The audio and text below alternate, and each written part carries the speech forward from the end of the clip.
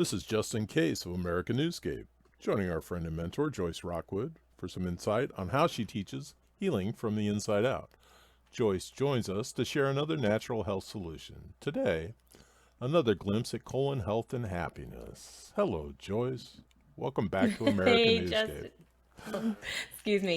It's great to be back. Thank you so much, Hey, Justin. thanks for coming back. Getting right to it, please enlighten us to the very layered subject of why might we need colonic hydrotherapy? Well, you know, and maybe some of the people who are watching, who've watched some of our other videos know that I believe that you can heal your body naturally from the inside out, and that gut health in tandem with detoxification are the two most powerful yet overlooked aspects of healing your body long term. And so, what I have come to realize, appreciate, and understand is that the body does not do everything that we might think it does on its own, right? We've talked about this in one of our other videos about how there are various aspects of our hygiene that we do on a daily basis. And some of these things we do more than once a day, like brush our teeth. We shampoo our hair, maybe not more than once a day, but you get the point. And so the reason why our bodies do so much better in terms of longevity, and there's an entire science behind this, is because do so much better with longevity when we administer and include colon hydrotherapy into our natural hygiene protocol, is because we're assisting the body in alleviating matter that is not leaving organically on its own. That's the simple answer. Well, most of us have had, you know, enemas, colonic hydrotherapy when we were in desperate need of it. But what are some of the issues you see people have when they don't include proper bowel maintenance as part of their health regimen? And thanks for saying that. The truth is that many of us have experienced what it's like to get an enema before surgery. A lot of the cultures that are located in the islands grow up with sometimes the grandmother administering an enema if the grandchild was sick before school, and then assisting them in feeling better and getting off to school on time. So, what I would say is that when my clients come to me, typically some of the issues that they're having when they don't include proper bowel maintenance or colon hydrotherapy treatments is they feel like they are putting a lot of effort into nourishing their bodies with what seems like the proper foods, but they're not feeling as good or looking as sprite as they expect that they should. So feeling could be poor sleep, poor skin quality, headaches, gastrointestinal issues, gas and bloating, constipation, even diarrhea, skin issues with like rashes and things of that nature, autoimmune issues, which are more severe. And so what we find is that when we alleviate the body of this excess matter, that all of these issues that someone might be suffering from, excess weight, right? Can't lose the weight. I'm eating well, but I can't lose the weight. That some of the issues that seem to be very troublesome and stubborn to move the needle in the right direction are things that they get immediate responses with. So those are some of the issues that I see people having. Wow. And and basically the cause of those problems, or why do so many people have so many issues with digestion and constipation? And others seemingly have no issues at all, even if they don't eat well. Yeah, that's really frustrating, right? Sometimes people come to me, they're like, I'm trying to eat really well. I feel like I'm focusing so well on eating more plant-centric diet. And yet I see this guy at the table next to me, he's seemingly thin and he's eating really bad food. Or it's a good buddy of theirs who's eating, fast food all the time and doesn't seem to complain about any health issues. Well, here's what I would say. If you are eating really poor quality food, a lot of fast food, processed food, and you're not feeling at all bad or, any of the negative repercussions that we know one would have from eating those kinds of foods, I don't think I'd be grateful for that, because that means the alarm system in that individual's body is probably not functioning very high. And I would give a lot of gratitude to eating poor food and not feeling well from it, because that means that your body is letting you know immediately that that doesn't belong, that this is matter that's causing some kind of a problem. And better to know sooner than later, right? Because the sooner we know about a problem, the easier it is to take care of it right away before it turns into something more serious.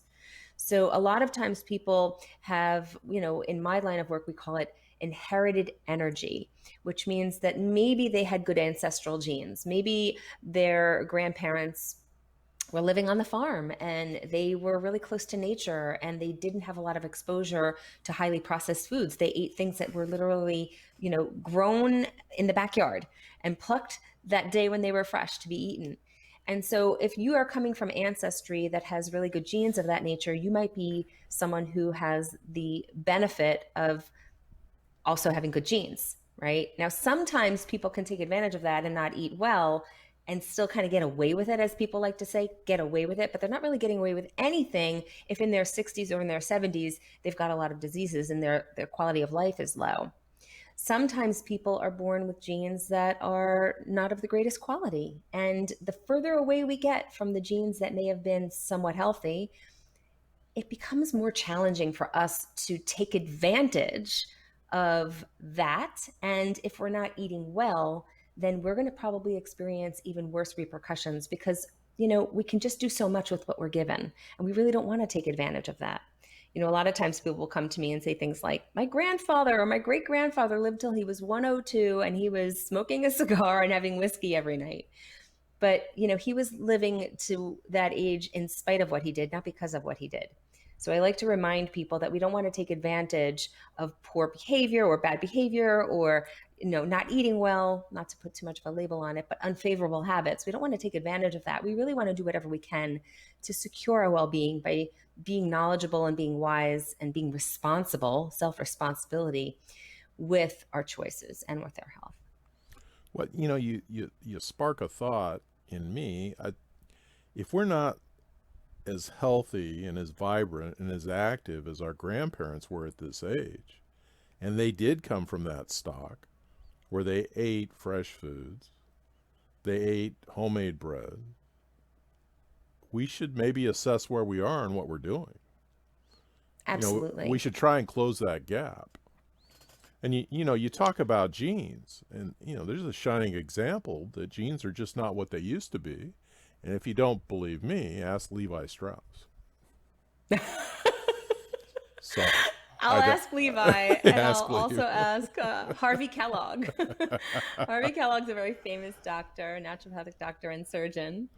And he said he's examined over 25,000, patients. Not one of them had a healthy colon. And he went on to say that after working with 40,000 individuals and supporting them with proper colon hydrotherapy treatments, there were just 2 that required surgery. So what he's saying is that when we can alleviate the body of the encumbrances that are causing the diseases in the first place, if we can get to the body soon enough to support the body in creating more health and wellness and vitality from the inside out, then these kinds of things that most people think are going to happen to them by a certain age, that they're not truly predisposed to, our habits are what predispose us, then we can live a life in the absence of, disease and infirmity and go on to be 102 or more, feeling amazing. A lot of times people will say, I don't want to live that long. I don't want to feel horrible. It's like, what if you could feel amazing? Wouldn't you want to keep living and see all the different changes that are happening in our world? And maybe you have gifts that are worth giving for longer than just 80 years. Maybe you want to give them for another 22. Well, exactly. And Harvey Kellogg, he was one of the pioneers of health resorts under the auspice of scientific study. But people would travel there and spend weeks on end getting regimens of healthy diets, exercise, emotional support. It was really amazing what he was doing and how he came across the inspiration to do that in those days is amazing. And voila, Kellogg's Flakes and Yes. 1,000 replicants that came about because the country jumped on the bandwagon. Well, enough from me. Joyce, do you have any closing thoughts that would be of value to our audience? Well, oftentimes people don't take the first step to healing their bodies naturally from the inside out because they're just really not sure what to do. They feel overwhelmed. They don't know who to turn to. I've been working with a unique 3-pillar methodology for the last 25 years. with properly nourishing, detoxifying, and rejuvenating my clients in their process of healing from the inside out. And it would be my absolute honor to help you get started with the first step, because that is really the only place to start, because I make detox easy. And supporting you in your journey with those three pillars is what I do. But helping you to live a life of freedom so you can make the biggest difference in the lives of others is who I am. Well, thank you, Joyce. This has been Justin Case and Joyce Rockwood sharing why we might need colonic hydrotherapy. Thanks for joining us. Remember, free gifts, additional information, and links are provided in the videos. Read more. Please be sure to subscribe to this channel to stay connected, and until then, consider joining Joyce so you can begin your healing and detox journey.